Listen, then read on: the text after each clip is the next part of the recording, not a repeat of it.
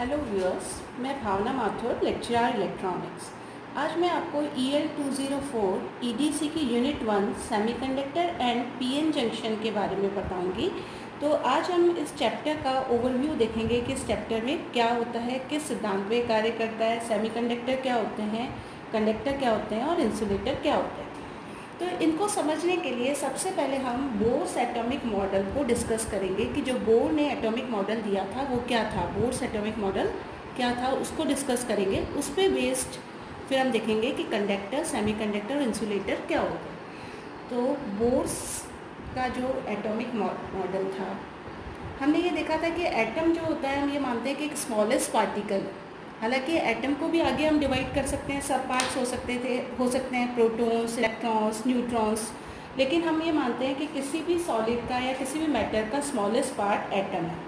और इस एटम के बारे में हमने ये पढ़ा था कि एटम का, किसी भी एटम के अंदर जो एक पॉजिटिवली चार्ज न्यूक्लियस होता है जिसके चारों ओर सर्कुलर ऑर्बिट में इलेक्ट्रॉन्स चक्कर लगाते हैं। पहली बोर्स थ्योरी की ये थी कि किसी भी एटम में पॉजिटिवली चार्ज न्यूक्लियस होता है जिसके चारों ओर विभिन्न सर्कुलर ऑर्बिट में इलेक्ट्रॉन्स चक्कर लगाते हैं। यानी हम ये माने कि अगर सेंटर में न्यूक्लियस होता है किसी भी एटम में, न्यूक्लियस को एन से रिप्रेजेंट करें, और इसके चारों ओर क्या होते हैं, ऑर्बिट्स होते हैं, डिफरेंट रेडियस के ऑर्बिट्स होते हैं जिनमें इलेक्ट्रॉन्स क्या करते हैं, चक्कर लगाते हैं। तो इस तरह का बोर का एटॉमिक मॉडल था। इस तरह से इलेक्ट्रॉन इसमें क्या होते हैं, चक्कर लगाते हैं विभिन्न कक्षाओं पे। सेकंड जो चीज़ थी वो ऑर्बिट कहते हैं कि जो ये इलेक्ट्रॉन्स हैं, इलेक्ट्रॉन्स एक निश्चित ऑर्बिट के अंदर चक्कर लगाते हैं। मतलब ये जो इलेक्ट्रॉन है ये फर्स्ट ऑर्बिट में चक्कर लगा रहे हैं, ये जो 4 इलेक्ट्रॉन है ये सेकंड ऑर्बिट में चक्कर लगा रहे हैं। और इलेक्ट्रॉन जो ये निश्चित ऑर्बिट में चक्कर लगाते हैं, इनकी रेडियस भी निश्चित होती है। यानी न्यूक्लियस से, सेंटर से इसकी रेडियस है, सपोज दिस इज R1, इसकी जो रेडियस है सेंटर से वो है R2।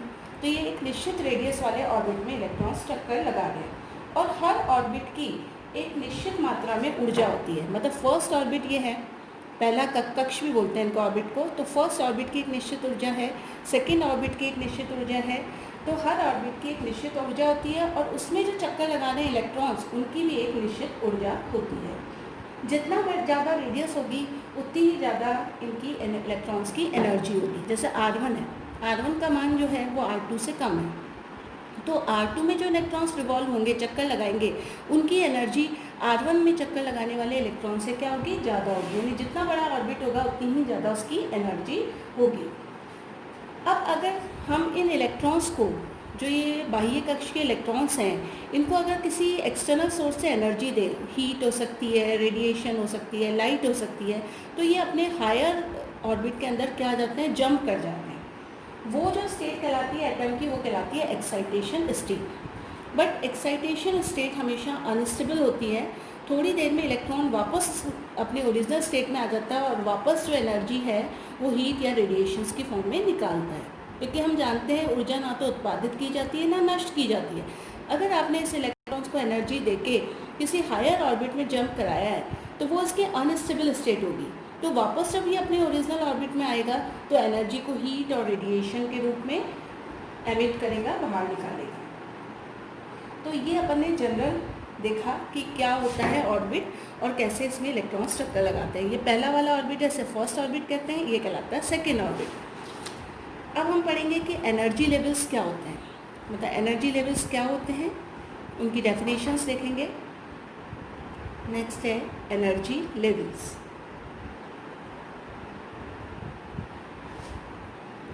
हर ऑर्बिट की हमने देखा निश्चित ऊर्जा होती है। इलेक्ट्रॉन्स जिस ऑर्बिट में रहते हैं वही उनकी एनर्जी होती है। जैसे हमने देखा था कि जो फर्स्ट ऑर्बिट में इलेक्ट्रॉन रिवॉल्व कर रहे हैं, तो फर्स्ट ऑर्बिट की जो एनर्जी है वही इस इलेक्ट्रॉन्स की क्या रहेगी, एनर्जी रहेगी। तो बाह्य ऑर्बिट की एनर्जी सबसे ज़्यादा होती है क्योंकि बाह्य ऑर्बिट की रेडियस सबसे ज़्यादा होती है। जैसे हम बनाएं, सपोज करें कि जिस सेंटर में हमारा न्यूक्लियस है, अब मैं हाफ सर्किल से ही ऑर्बिट को रिप्रेजेंट कर रही हूँ। वैसे पूरा सर्किल होता है, जैसे सपोज कर लें ये है। अब इससे हम माने कि न्यूक्लियस से इसकी रेडियस है R1, दूसरे वाले की रेडियस है R2 और तीसरे वाले की रेडियस अपन सपोज कर लें ये है R3। तो हम देख रहे हैं जितना हम न्यूक्लियस से दूर जाते जा रहे हैं, रेडियस बढ़ती जा रही है, तो उस ऑर्बिट का जो एरिया है वो भी ज़्यादा होता जा रहा है और वो ऑर्बिट बड़ा होता जा रहा है तो उसकी एनर्जी भी ज़्यादा होती है। तो न्यूक्लियस से जितना दूर जाते जाते हैं उस ऑर्बिट की एनर्जी ज़्यादा होती है। तो सबसे ज़्यादा बाह्य ऑर्बिट की होगी और सबसे कम एनर्जी क्या होगी, इनर ऑर्बिट की एनर्जी होगी। तो हमने देखा था कि हर ऑर्बिट की एक निश्चित एनर्जी होती है, वो एनर्जी उसका क्या कहलाती है, एनर्जी लेवल कहलाता है। तो हम उस एनर्जी लेवल को एक डायग्राम के मेथड से रिप्रेजेंट कर सकते हैं। अब जैसे ये हमने डायग्राम बनाया है, यहाँ पे हमने एज ऑफ द न्यूक्लियस लिए, ये एनर्जी लेवल डायग्राम कहलाता है। या हमने एज ऑफ न्यूक्लियस मतलब न्यूक्लियस के सेंटर से क्या डिस्टेंस है, मतलब R1 रेडियस का जो ऑर्बिट है उसकी एनर्जी यहाँ ले ली, R2 की यहाँ ले ली, R3 की यहाँ ले ली। तो हमने देखा जितनी ज़्यादा रेडियस बढ़ती जाएगी एनर्जी लेवल उतना ही बढ़ता जाएगा। पहले वाले ऑर्बिट की जो एनर्जी होती है उसको हम रिप्रेजेंट करते हैं एक सिंगल लाइन से, वो कहलाता है first energy level. Second orbit की एनर्जी को हम सेकेंड एनर्जी लेवल से रिप्रेजेंट करते हैं, और थर्ड ऑर्बिट की एनर्जी को हम थर्ड एनर्जी लेवल से रिप्रेजेंट करते हैं, एंड सो ऑन। फोर्थ आएगा तो फोर्थ एनर्जी लेवल, फिफ्थ, और जितनी ज़्यादा रेडियस बढ़ती जाएगी ये एनर्जी लेवल ऊपर चलते जाएंगे, क्योंकि हम जानते हैं कि न्यूक्लियस से डिस्टेंस बढ़ने पर रेडियस बढ़ती है, और रेडियस बढ़ती है और उन ऑर्बिट की एनर्जी भी ज़्यादा होती है। जितना बड़ा ऑर्बिट होता है उतनी ही ज़्यादा उसकी एनर्जी होती है। तो इस तरीके से एनर्जी लेवल डायग्राम बनाते हैं। अब एनर्जी लेवल के बाद मैं आपको बताऊंगी एनर्जी बैंड्स क्या होते हैं। What is energy bands.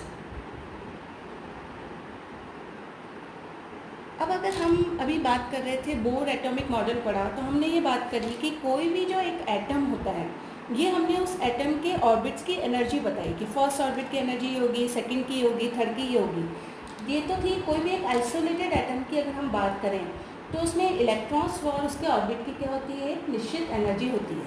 लेकिन अगर अपन किसी सॉलिड को देखें, मान लीजिए कोई वुड का पीस है तो वो सॉलिड है, उसमें बहुत सारे एटम्स हैं, तो एक एटम की एनर्जी दूसरे को प्रभावित करेगी और दूसरे की तीसरे को, यानी जो एटम अपने सराउंडिंग एटम की एनर्जी भी उसको प्रभावित करती है। अतः किसी भी ऑर्बिट में इलेक्ट्रॉन्स की एनर्जी सिंगल एनर्जी ना होकर रेंज ऑफ एनर्जीज होती है, इसे हम एनर्जी बैंड कहते हैं। अभी ऊपर वाले डायग्राम में हमने क्या देखा था, फर्स्ट एनर्जी लेवल, एक सिंगल एनर्जी लेवल से इसको रिप्रेजेंट किया था। ये कब होता है, जब वो एटम आइसोलेटेड हो, मतलब एक सिंगल एटम की अगर हम बात करें तो हम एनर्जी लेवल बोलते हैं। लेकिन हम जानते हैं कि एक जो सॉलिड है वो बहुत सारे एटम से मिलकर बना होता है, तो उस केस में क्या होता है, सॉलिड में एटम्स की ऊर्जा अन्य एटम की ऊर्जा से प्रभावित होती है। इसलिए किसी भी ऑर्बिट में इलेक्ट्रॉन्स की एनर्जी सिंगल एनर्जी ना होकर क्या होती है, रेंज ऑफ एनर्जी होती है, जिसे हम एनर्जी बैंड कहते हैं। अब उसे हम एनर्जी बैंड डायग्राम से रिप्रेजेंट करेंगे। तो एनर्जी बैंड डायग्राम मैं आपको बताती हूँ किस तरह का होता है। अब हमने ये डायग्राम में दिखाया है कि इधर एक्स एक्सिस में हमने तो एज ऑफ न्यूक्लियस ले लिया और वाई एक्सिस पे हमने एनर्जी ले ली। तो हम यहाँ देख रहे हैं कि हमने जो फर्स्ट बैंड है उसको एक सिंगल लाइन से रिप्रेजेंट ना करके एक चौड़ा सा लाइन बनाई है, ये कहलाता है फर्स्ट बैंड। क्यों? क्योंकि एनर्जी सिंगल नहीं होती, किसी भी एटम की एनर्जी अन्य एटम की एनर्जी से भी प्रभावित होती है। तो एक सिंगल रेंज ऑफ एनर्जी ना होकर, एक सिंगल एनर्जी ना होकर रेंज ऑफ एनर्जी होती है। तो हमने यहाँ इसको किससे रिप्रेजेंट किया, रेंज ऑफ एनर्जी से। तो ये तो कहलाया हमारा फर्स्ट बैंड, फिर second band, third band and so on. अब इनकी एनर्जी ज़्यादा दिखाई, जो आउटर मोस्ट ऑर्बिट है उसकी एनर्जी ज़्यादा है, इसकी कम है और इसकी उससे भी कम है। जबकि पहले वाले डायग्राम में हमने एनर्जी लेवल डायग्राम, ये वाला जो डायग्राम था ये हमारा कहलाता है एनर्जी लेवल डायग्राम। इसमें हमने एक सिंगल लेवल से रिप्रेजेंट किया है। ये कब है, जब वो एटम आइसोलेटेड है। वैसे हम जानते हैं कि एटम एक स्मॉलेस्ट पार्टिकल है, आइसोलेटेड रहना पॉसिबल नहीं है। किसी सॉलिड से में बहुत सारे एटम्स बंधे होते हैं, तो उनकी एनर्जी लेवल ना होकर क्या होता है, एनर्जी बैंड होता है। तो ये जो डायग्राम है ये एनर्जी बैंड डायग्राम कहलाता है किसी भी सॉलिड के लिए। अब हम देखेंगे कि किसी भी सॉलिड में या किसी भी मैटर के अंदर इम्पॉर्टेंट एनर्जी बैंड्स कौन कौन से होते हैं। अब हम देख रहे हैं important energy bands in solid, किसी भी सॉलिड में कौन कौन से एनर्जी बैंड होते हैं। तो सबसे पहले हम बात करेंगे वैलेंस बैंड की, कि वैलेंस बैंड होता क्या है। वैलेंस बैंड वो होता है, वैलेंस इलेक्ट्रॉन की एनर्जी रेंज को हम वैलेंस बैंड कहते हैं। अब वैलेंस इलेक्ट्रॉन कौन से होते हैं, वैलेंस इलेक्ट्रॉन्स वो होते हैं जो आउटर मोस्ट शेल में रहते हैं। किसी भी एटम के आउटर मोस्ट शेल में रहने वाले इलेक्ट्रॉन्स को हम क्या कहते हैं, वैलेंस इलेक्ट्रॉन्स कहते हैं। जैसे इसको हम ऐसे समझ सकते हैं कि जैसे हमने ये लिया न्यूक्लियस है, न्यूक्लियस के चारों ओर हम जानते हैं कि ऑर्बिट में क्या करते हैं, इलेक्ट्रॉन्स चक्कर लगाते हैं। अपनी कक्षाओं में इलेक्ट्रॉन्स चक्कर लगाते हैं। हम जानते हैं कि जैसे फर्स्ट 2n² के फॉर्मूले से इलेक्ट्रॉन रहते हैं, यानी अगर n = 1 है, यानी फर्स्ट ऑर्बिट में नंबर ऑफ इलेक्ट्रॉन्स कितने होंगे? नंबर ऑफ इलेक्ट्रॉन्स होंगे फर्स्ट ऑर्बिट में, n की संख्या 1 है तो ये होगा 2n², यानी 1 का स्क्वायर 1 = 2, यानी फर्स्ट ऑर्बिट में हमारे कितने इलेक्ट्रॉन्स रह सकते हैं? मैक्सिमम 2। If n = 2। अगर सेकेंड ऑर्बिट की बात करें तो सेकेंड ऑर्बिट में नंबर ऑफ इलेक्ट्रॉन्स कितने होंगे? नंबर ऑफ इलेक्ट्रॉन्स मैक्सिमम कितने रह सकते हैं? वो होता है फॉर्मूला 2n² से। तो 2n की वैल्यू 2 है, तो 2 2 जा 4, 4 2 जा 8, यानी सेकेंड ऑर्बिट में नंबर ऑफ इलेक्ट्रॉन्स मैक्सिमम कितने रह सकते हैं? 8 रह सकते हैं। तो हम इसमें मैक्सिमम इलेक्ट्रॉन बना सकते हैं 8 से कम हो सकते हैं, लेकिन 8 से ज़्यादा नहीं हो सकते। तो ये हमने सेकेंड ऑर्बिट में 8 इलेक्ट्रॉन्स को बना दिया। तो यहाँ हम देख सकते हैं कि हमने यहाँ पे क्या किया कि जैसे ये फर्स्ट तो क्या है? न्यूक्लियस है। न्यूक्लियस में क्या रहते हैं? प्रोटॉन्स और न्यूट्रॉन्स रहते हैं, और इलेक्ट्रॉन्स क्या होते हैं? ऑर्बिट में चक्कर लगाते हैं। तो ऑर्बिट में, किसी भी ऑर्बिट में कितने इलेक्ट्रॉन्स रहेंगे वो हम 2n² के फॉर्मूले से डिसाइड करते हैं। फर्स्ट ऑर्बिट है, उसमें मैक्सिमम कितने इलेक्ट्रॉन्स आ सकते हैं? 2 आ सकते हैं, और सेकेंड है उसमें 8 आ सकते हैं। इसी तरह से n = 3 रख के हम देख लेंगे कि थर्ड में कितने आएंगे? 2n² से 18 आएंगे। इस तरीके से हम हर ऑर्बिट में मैक्सिमम नंबर ऑफ इलेक्ट्रॉन्स निकाल सकते हैं। लेकिन तो अब इसके अंदर देखें, अगर ये है, इसमें कितने हैं अपने देखें? 10 आ गए इलेक्ट्रॉन, तो इसका जो एटॉमिक नंबर है वो है 10। एटॉमिक नंबर जो हमने ये बनाया है, इसका एटॉमिक नंबर है 10 इस एटम का। अब इसके अंदर 2 फर्स्ट में हो गए और आउटर मोस्ट में कितने हो गए? 8 हो गए। तो जो आउटर मोस्ट ऑर्बिट होता है इसका, वो कहलाता है वैलेंस ऑर्बिट, और इसमें रहने वाले इलेक्ट्रॉन्स कहलाते हैं वैलेंस इलेक्ट्रॉन्स। तो वैलेंस इलेक्ट्रॉन्स वो हो गए, किसी भी एटम के बाह्य कक्ष में उपस्थित इलेक्ट्रॉन्स को वैलेंस इलेक्ट्रॉन्स कहते हैं नॉर्मल कंडीशन में। नॉर्मल कंडीशन का मतलब ये है कि इस एटम ने ना तो अपना कोई डोनेट किया है, ना किसी से गेन किया है। उस कंडीशन में जो इलेक्ट्रॉन्स होते हैं इसके इसमें बाह्य कक्ष में, उसे हम कहते हैं वैलेंस इलेक्ट्रॉन्स।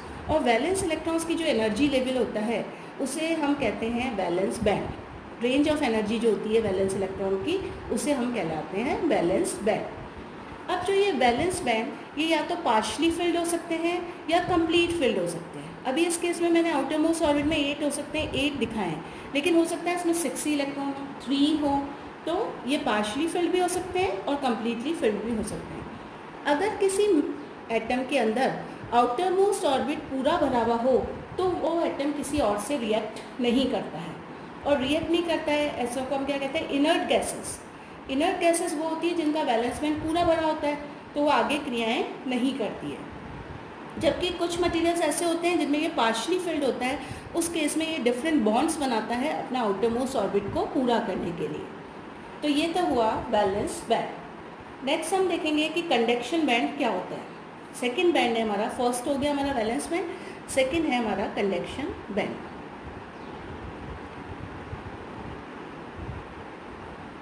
अब कुछ मटेरियल में क्या होता है, कुछ मटेरियल्स ऐसे होते हैं स्पेशली मेटल्स, उनके अंदर जो वैलेंस इलेक्ट्रॉन्स हैं वो न्यूक्लियस से लूजली बाउंड होते हैं, मतलब लूजली जुड़े होते हैं, तो उनको थोड़ा सा भी टेम्परेचर मिलता है, नॉर्मल टेम्परेचर पर भी ये क्या होते हैं? वैलेंस बैंड से फ्री हो जाते हैं, और ये फ्री इलेक्ट्रॉन क्या करते हैं? करंट फ्लो के लिए रिस्पॉन्सिबल होते हैं। इन इलेक्ट्रॉन्स को हम कहते हैं कंडक्शन इलेक्ट्रॉन्स। यानी कंडक्शन इलेक्ट्रॉन्स क्या हुए? हम ये जानते हैं कि वैलेंस बैंड क्या होता है, आउटर मोस्ट ऑर्बिट को वैलेंस बैंड कहते हैं, और जो भी एटम के इलेक्ट्रॉन्स हैं वो न्यूक्लियस से बंधे हुए होते हैं। न्यूक्लियस उनको अट्रैक्ट करके रखता है, क्योंकि न्यूक्लियस कैसा होता है? पॉजिटिवली चार्ज होता है, और इलेक्ट्रॉन्स नेगेटिवली चार्ज होते हैं जो ऑर्बिट में चक्कर लगाते हैं। तो ये न्यूक्लियस के आकर्षण बंध से बंधे होते हैं। लेकिन कुछ मटीरियल स्पेशली मेटल्स ऐसे होते हैं जिनमें हमारे इलेक्ट्रॉन्स न्यूक्लियस से, कौन से इलेक्ट्रॉन? वैलेंस इलेक्ट्रॉन, बाह्य कक्ष के इलेक्ट्रॉन्स न्यूक्लियस से लूजली जुड़े होते हैं। तो जब सामान्य ताप दिया जाता है इनको, तो भी ये इलेक्ट्रॉन फ्री हो जाते हैं और इनके कारण करंट फ्लो स्टार्ट हो जाता है। इन इलेक्ट्रॉन्स को हम क्या कहते हैं? कंडक्शन इलेक्ट्रॉन्स कहते हैं। कंडक्शन बैंड क्या हुआ? कंडक्शन इलेक्ट्रॉन्स का जो रेंज ऑफ एनर्जी है उसे हम कहते हैं कंडक्शन बैंड। यानी कंडक्शन इलेक्ट्रॉन्स की इलेक्ट्रॉन्स की एनर्जी रेंज को कंडक्शन बैंड कहते हैं। कंडक्शन बैंड कहते हैं।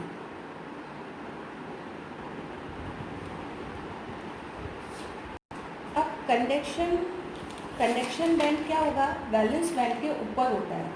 कंडक्शन बैंड में जो इलेक्ट्रॉन्स होते हैं वो फ्री होते हैं, they are free to move.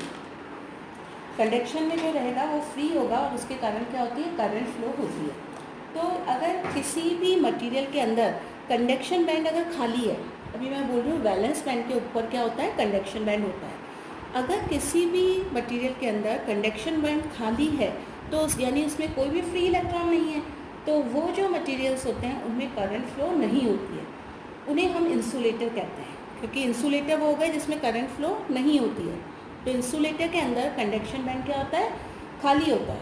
जबकि जो कंडक्टर्स होते हैं, चालक होते हैं, उनमें कंडक्शन बैंड में काफ़ी इलेक्ट्रॉन्स फ्री अवेलेबल होते हैं और उनके कारण उसमें ईजिली करंट फ्लो होती है। अब हमने देखा कि पहले होता है वैलेंस बैंड के ऊपर होता है कंडक्शन बैंड, और वैलेंस बैंड और कंडक्शन बैंड के बीच में भी कुछ एक एनर्जी बैंड पाया जाता है, उसे हम बोलते हैं फॉरबिडन एनर्जी बैंड। इसको मैं आपको बताती हूँ। थर्ड जो बैंड है वो है फॉरबिडन एनर्जी बैंड।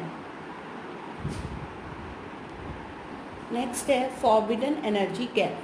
अब फॉरबिडन एनर्जी गैप क्या होता है? कंडक्शन बैंड व वैलेंस बैंड के बीच के एनर्जी गैप को फॉरबिडन एनर्जी गैप कहते हैं। हमने अभी आपको बताया कि वैलेंस बैंड होता है, वैलेंस बैंड के ऊपर कंडक्शन बैंड होता है। वैलेंस बैंड और कंडक्शन बैंड के बीच में एक एनर्जी गैप होता है जिसे हम बोलते हैं फॉरबिडन एनर्जी गैप। कोई भी इलेक्ट्रॉन्स इस फॉरबिडन एनर्जी गैप में नहीं रहता है। एनर्जी गैप जितना ज़्यादा होता है उतना ही टाइटली वैलेंस इलेक्ट्रॉन न्यूक्लियस से बंधे होते हैं। इलेक्ट्रॉन्स को वैलेंस बैंड से कंडक्शन बैंड में मूव कराने के लिए हमें फॉरबिडन एनर्जी गैप के बराबर एनर्जी देनी होती है। यहाँ ये एक एनर्जी बैंड डायग्राम है। जैसे इधर हम लेते हैं एज ऑफ द न्यूक्लियस, इधर लेते हैं बैंड एनर्जी। हम इसमें नीचे वाले ऑर्बिट शो नहीं किए, हमने सिर्फ लास्ट ऑर्बिट बताया है, क्योंकि इलेक्ट्रॉन्स जो होते हैं वो लास्ट ऑर्बिट से ही लूज़ होते हैं। बाकी जो इनर ऑर्बिट्स हैं वो तो न्यूक्लियस के अट्रैक्शन से बंधे होते हैं। तो हमने सिर्फ यहाँ पे बैलेंस बैंड शो किया है, जबकि इससे नीचे भी एनर्जी लेवल्स हो सकते हैं, लेकिन वहाँ से इलेक्ट्रॉन्स का मूवमेंट नहीं होता है, इसलिए बैलेंस बैंड को शो किया है। अब वैलेंस बैंड है, इसके ऊपर मैंने आपको बताया था कि क्या होता है? कंडक्शन बैंड होता है। तो valence band and this is conduction band, और इधर अपन एनर्जी बैंड लेते हैं। अब वैलेंस बैंड और कंडक्शन बैंड के एनर्जी के बीच की जो डिस्टेंस है वो कहलाता है फॉरबिडन बैंड। मतलब फॉरबिडन बैंड का मतलब है यहाँ ना तो इस एरिया में ना कोई इलेक्ट्रॉन रह सकता है ना होल्स रह सकते हैं, तो ये फॉरबिडन एनर्जी गैप होता है। इसका मतलब होता है कंडक्शन बैंड व वैलेंस बैंड के बीच का एनर्जी गैप क्या कहलाता है? फॉरबिडन बैंड कहलाता है। इसमें फॉरबिडन मतलब यहाँ कोई भी इलेक्ट्रॉन नहीं रहता है। अब अगर वैलेंस बैंड और कंडक्शन बैंड के बीच ये एनर्जी डिफरेंस अगर बहुत ज़्यादा है तो यहाँ से इलेक्ट्रॉन्स कंडक्शन बैंड में जंप भी नहीं कर पाएंगे और करंट का फ्लो नहीं होगा। तो इंसुलेटर्स जो होते हैं उनमें ये एनर्जी गैप बहुत ज़्यादा होता है, तो यहाँ से वैलेंस बैंड से इलेक्ट्रॉन कंडक्शन बैंड में जंप नहीं कर पाते। जबकि हम पढ़ेंगे कंडक्टर्स के बारे में, तो कंडक्टर में क्या होता है? ये दोनों ओवरलेप होते हैं, तो इजीली वैलेंस बैंड से इलेक्ट्रॉन कहाँ जाते हैं? कंडक्शन बैंड में। तो कंडक्टर में करंट बहुत ज़्यादा फ्लो होती है। जबकि जो सेमीकंडक्टर्स होते हैं उनका बीच की स्टेट होती है, मतलब 0 डिग्री सेंटीग्रेड पे तो वो कुछ अलग की तरह व्यवहार करते हैं। जब उन्हें टेम्परेचर दिया जाता है तो वैलेंस बैंड के इलेक्ट्रॉन्स को एनर्जी मिलती है और वो कंडक्शन बैंड में क्या कर जाते हैं? जंप कर जाते हैं और करंट का फ्लो क्या हो जाता है? स्टार्ट हो जाता है। अगर हमारा कंडक्शन बैंड बिल्कुल खाली है और ये एनर्जी गैप बहुत ज़्यादा है, इसका मतलब क्या है? जो वैलेंस बैंड के इलेक्ट्रॉन्स हैं ना वो न्यूक्लियस से टाइटली बंधे हैं, मतलब न्यूक्लियस ने उनको अट्रैक्ट कर रखा है, वो लूज़ नहीं है। और अगर वो लूज़ नहीं होंगे तो वो कंडक्शन बैंड में मूव ही नहीं करेंगे और करंट का फ्लो नहीं होगा। ऐसा इंसुलेटर में होता है। अब इस एनर्जी बैंड थ्योरी के आधार पर हम सॉलिड्स को 3 भागों में डिवाइड कर सकते हैं। पहला है कंडक्टर, इंसुलेटर एंड सेमीकंडक्टर। तो अब हम इनके बारे में देखेंगे कि सॉलिड्स जो हैं वो एनर्जी बैंड के आधार पे कितने प्रकार के होते हैं। अब हम सॉलिड्स का क्लासिफिकेशन पढ़ेंगे। पहला है इंसुलेटर। इंसुलेटर आप जानते हैं कुचालक, इसको हिंदी में कुचालक भी बोलते हैं। तो इंसुलेटर वह सॉलिड जिसमें धारा प्रवाहित नहीं होती है, उन्हें इंसुलेटर कहते हैं। जैसे इसके एग्जांपल है वुड, ग्लास, ये कुचालक है, इनके अंदर धारा प्रवाहित नहीं होती है। तो क्या होता है इनके अंदर वैलेंस बैंड फुल होता है लेकिन कंडक्शन बैंड खाली होता है। वैलेंस बैंड और कंडक्शन बैंड के बीच में जो एनर्जी गैप है वो बहुत ज़्यादा होता है, लगभग 15 इलेक्ट्रॉन वोल्ट के आसपास होता है। तो वैलेंस बैंड के जो इलेक्ट्रॉन्स हैं उन्हें अगर हम बाह्य सोर्स से एनर्जी दें तो वो एनर्जी इतनी नहीं हो पाती है कि इलेक्ट्रॉन्स वैलेंस बैंड से कंडक्शन बैंड में जंप कर जाएं। इसलिए इसमें करंट फ्लो नहीं होती है क्योंकि इसमें बहुत ज़्यादा एनर्जी की आवश्यकता होती है। इसलिए हम बोलते हैं इंसुलेटर वो पदार्थ हैं जिनमें करंट का फ्लो नहीं होता है। अब अगर मैं इसका एनर्जी बैंड डायग्राम बनाऊँ तो वो किस तरीके से बनेगा मैं आपको बताती हूँ। अब जैसे इंसुलेटर के लिए अगर हम एनर्जी बैंड डायग्राम बनाएं तो इधर तो हम लेते हैं एनर्जी, इधर तो आ जाएगी एनर्जी, और नीचे हम लेंगे एज ऑफ द न्यूक्लियस की एज से। तो ये हमने शो किया वैलेंस बैंड। वैलेंस बैंड के नीचे और भी बहुत सारे बैंड हैं, जैसे फर्स्ट ऑर्बिट है, सेकेंड है, थर्ड है एंड सो ऑन। और वैलेंस हमने सिर्फ कौन सा शो किया है, आउटर मोस्ट ऑर्बिट, क्योंकि जो आउटर मोस्ट ऑर्बिट के इलेक्ट्रॉन्स हैं वो न्यूक्लियस से लूजली बाउंड होते हैं, तो सिर्फ वो ही कंडक्शन बैंड में जंप कर सकते हैं। इसलिए हमने यहाँ सिर्फ वैलेंस बैंड शो किया, अदर बैंड शो नहीं किया। वैलेंस बैंड के ऊपर हम जानते हैं कंडक्शन बैंड होता है, और इन दोनों के बीच में जो एनर्जी गैप होता है उसे हम बोलते हैं फॉरबिडन एनर्जी गैप। तो मैं आपको बताया कि इंसुलेटर में ये फॉरबिडन एनर्जी गैप की वैल्यू लगभग 15 इलेक्ट्रॉन वोल्ट होती है। तो वैलेंस बैंड में जो इलेक्ट्रॉन्स अवेलेबल हैं उनकी इतनी एनर्जी नहीं होती कि वो वैलेंस बैंड से जंप कर जाएँ कंडक्शन बैंड में। तो इंसुलेटर के अंदर कंडक्शन बैंड खाली होता है, एम्प्टी होता है। तो खाली होने के कारण या इसमें करंट का कंडक्शन नहीं होता, तो हम कहते हैं इंसुलेटर क्या है, कुचालक है, इसमें धारा प्रवाहित नहीं होती है। अब नेक्स्ट है कंडक्टर। नेक्स्ट सॉलिड का क्लासिफिकेशन है, सेकंड होता है कंडक्टर। पहला हमने पढ़ा इंसुलेटर, सेकंड हम पढ़ेंगे कंडक्टर। कंडक्टर वह पदार्थ होते हैं जिनमें धारा आसानी से प्रवाहित होती है, उन्हें कंडक्टर या चालक कहते हैं। जैसे कोई भी मेटल है, एग्जांपल ले सकते हैं, कॉपर है, एल्यूमिनियम है, दे आर द बेस्ट मतलब वो चालक पदार्थ होते हैं जिनसे करंट क्या होती है, आसानी से प्रवाहित होती है। गोल्ड है, सिल्वर है, कॉपर है, एल्यूमिनियम है, ये सारे क्या होते हैं, कंडक्टर्स होते हैं क्योंकि इसमें धारा आसानी से प्रवाहित होती है। कंडक्टर में क्या होते हैं, बहुत सारे फ्री इलेक्ट्रॉन्स होते हैं। तो इन फ्री इलेक्ट्रॉन्स के कारण क्या होता है, करंट का फ्लो ईजिली हो जाता है। तो कंडक्टर के अंदर क्या होगा कि जो वैलेंस बैंड और कंडक्शन बैंड होंगे वो एक दूसरे से क्या होते हैं, ओवरलैप होते हैं। दोनों बैंड्स की ओवरलैपिंग के कारण फ्री इलेक्ट्रॉन आसानी से मूव कर सकते हैं और धारा का प्रवाह होता है। जैसे अगर हम इसका एनर्जी बैंड डायग्राम दिखाएं तो इधर अपन लेते हैं एनर्जी बैंड्स लेते हैं अपन, और इधर लेते हैं edge from the edge of the nucleus के किनारे से या न्यूक्लियस के सेंटर से भी कह सकते हैं हम। अब अपन ने ये जो शो किया है, ये जो ब्लैक शो कर रखा है, ये तो है हमारा वैलेंस बैंड, और जो ये रेड वाला शो किया है ये है हमारा कंडक्शन बैंड। तो यहाँ हम देख रहे हैं कि वैलेंस बैंड और कंडक्शन बैंड एक दूसरे से क्या हुए हुए हैं, मर्ज हुए हुए हैं। तो मर्ज होने से क्या होता है, इनके बीच का energy gap, forbidden energy gap 0 है लगभग। तो इस कारण से क्या होता है कि इजीली वैलेंस बैंड से इलेक्ट्रॉन कहाँ मूव कर जाते हैं, कंडक्शन बैंड में मूव करते रहते हैं। तो इनके मूवमेंट के कारण इसमें करंट क्या होती है, इजीली फ्लो होने लगती है। तो ये तो हो गए कंडक्टर। अब थर्ड है हमारा सेमी कंडक्टर्स। थर्ड जो क्लासिफिकेशन है सॉलिड्स का वो है सेमी कंडक्टर्स। मतलब सेमी कंडक्टर्स क्या होते हैं, सेमी कंडक्टर्स की इलेक्ट्रिकल कंडक्टिविटी कंडक्टर व इंसुलेटर के बीच में होती है। सेमी कंडक्टर वे पदार्थ होते हैं जो 0 डिग्री सेंटीग्रेड पर तो कुचालक की तरह व्यवहार करते हैं, और जैसे जैसे इनका ताप बढ़ता है ये सुचालक की तरह व्यवहार करते हैं। अब इसमें बैलेंस बैंड, जैसे मैं इस डायग्राम में एनर्जी बैंड डायग्राम में हमें दिख रहा है कि पहले जैसा ही बनाया हमने एनर्जी बैंड डायग्राम, लेकिन इसमें ये तो हमारा इधर एक्स एक्सिस पे तो एज ऑफ द न्यूक्लियस लेते हैं, यानी न्यूक्लियस से कितने डिस्टेंस पे है। वाई एक्सिस पे बैंड एनर्जी लेते हैं, ये हमारा बैलेंस बैंड है। इसके नीचे हमारे और भी ऑर्बिट्स की एनर्जी बैंड्स हैं, लेकिन आउटर मोस्ट ऑर्बिट को शो करते हैं। मैं बार बार बता रही हूँ, आउटर मोस्ट ऑर्बिट को इसलिए शो किया जाता है क्योंकि इन्हीं के इलेक्ट्रॉन्स को आप क्या कर सकते हो, वैलेंस बैंड से कंडक्शन बैंड में मूव करा सकते हो।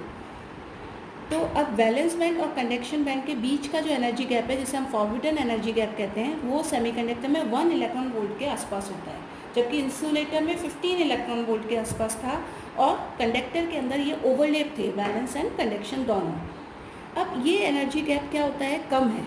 तो जब वैलेंस बैंड में जो इलेक्ट्रॉन्स प्रेजेंट हैं उनको हम एक्सटर्नल सोर्स से एनर्जी देते हैं, चाहे वो टेम्परेचर के कारण हो, लाइट के कारण हो, रेडिएशंस के कारण हो, तो वो एनर्जी लेके वैलेंस बैंड से कहाँ जंप कर जाते हैं, कंडक्शन बैंड में जंप कर जाते हैं।